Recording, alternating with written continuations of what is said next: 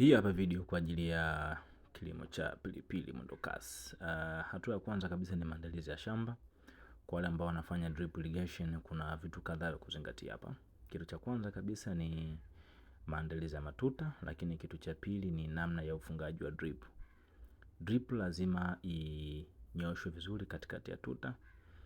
Lakini pia baada ya kuhakikisha kwamba shamba lako ni limelimwa katika mfumo wa tifutifu, kwa sababu kama ulikuwa umeandaa miche kutoka kwenye tray, changamoto ambayo utaipata, maji ambayo yanakuwepo yanapita kwenye drip sio mengi sana kiasi cha kwamba yanaweza kulowanisha tuta kwa haraka.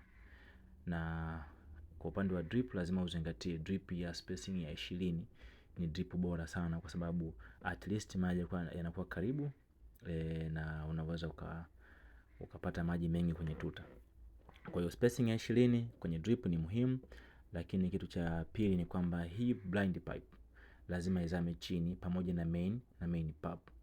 Main pipe lazima ufukie na blind pipe at least itoke nje kidogo. Hii itakusaidia katika wakati wa upaliliaji, lakini hasa wakati wa kuinua mchanga. Kipindi cha mvua huu mchanga una tabia kudondoka chini.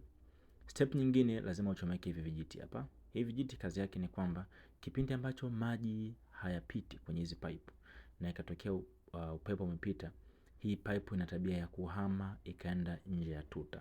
Sasa kwa shamba kubwa kama ila kwangu lenye hekari moja, hauwezi kuwa unatembea kila siku kuzunguka shamba zima kunyosha hizi drip. Kwa ni muhimu sana uweze kuchomeka hivi vijiti ili hii drip isiweze kuhama kipindi ambacho kuna upepo. Okay.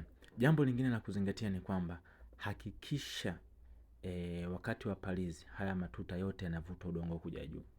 Ukishaweka miche yako, kama nilivyosema awali kwamba ni muhimu sana, kwa sababu miche inakuwa ni midogo, ni muhimu sana kuhakikisha kwamba maji yanadondoka kwenye shina hadi shina.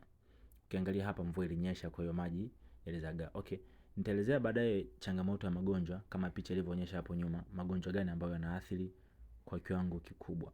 Baada ya miezi miwili, shamba langu la pilipili mwendokasi kama unavyoliona.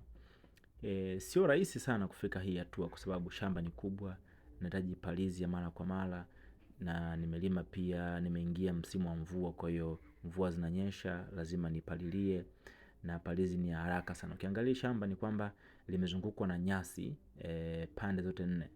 Kwa hiyo kipindi cha upepo ni rahisi sana wadudu kupulizwa kuja moja kwa moja shambani.